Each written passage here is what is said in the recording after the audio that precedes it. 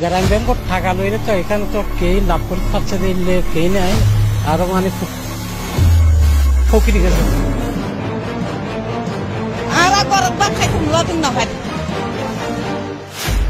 চট্টগ্রামের হাটহাজারী উপজেলার জোবরা গ্রামের সুফিয়া খাতুন পেশায় ছিলেন হস্তশিল্প কারিগর।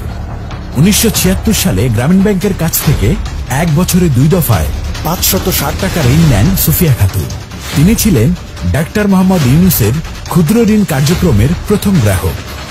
অনুসন্ধানে জানা যায়, ঋণ নিয়ে সুফিয়া খাতুনের দারিদ্রতা তো ঘুচেইনি, বরং তিনি পড়েছিলেন বিপাকে। উনি তো বেঁচে নেই, ওনার 2 ওয়ারিশ বেঁচে আছেন আর কি। যখন লোন নিয়েছিল ওনাদের যে আর্থিক অবস্থা ছিল এখন আরো অবস্থা খারাপ হয়ে গেছে, যেহেতু ওটা রিফান্ড করার জন্য যে করতে হয়েছে ওটার জন্য আরো অবস্থা খারাপ হয়েছে। এই যে দেখেন ওনাদের ঘর বাড়িগুলা এগুলা কিন্তু স্থানীয় মানুষরাই তৈরি করে দিচ্ছে। সুফিয়া খাতুন মারা যান 1997 সালে। তার ছোট মেয়ে নুরুন্নাহার বেগম বলেন, ইউনূস সাহেব দেশে বিদেশে অনেক নাম করেছেন, কিন্তু আমাদের কিছুই হয়নি।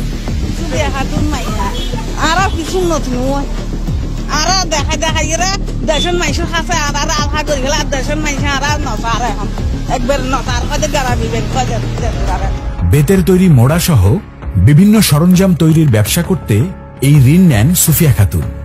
চক্রবৃদ্ধি হারে বাড়তে থাকা কিস্তি পরিশোধ করতে গিয়ে অন্যজনের কাছ থেকে আবার ঋণ করতে হয়েছিল তাকে। এরপর আর কখনোই ঋণ নেয়নি তার পরিবার। অভিযোগ আছে, গ্রামীণ ব্যাংকের কর্মকর্তারা অন্যের দোতলা পাকা দালান দেখিয়ে ছবি তুলে গ্রামীণ ব্যাংকের সফলতা বলে প্রচার করত।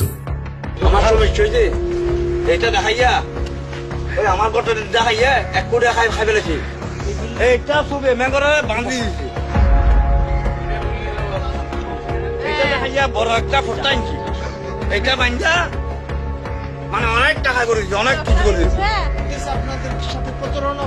প্রতারণা একবার না 1-3 বছর। এমন হাজারো সুফিয়ার চাপা কান্না মিশে আছে ডাক্তার ইউনূসের নোবেল পুরস্কারে।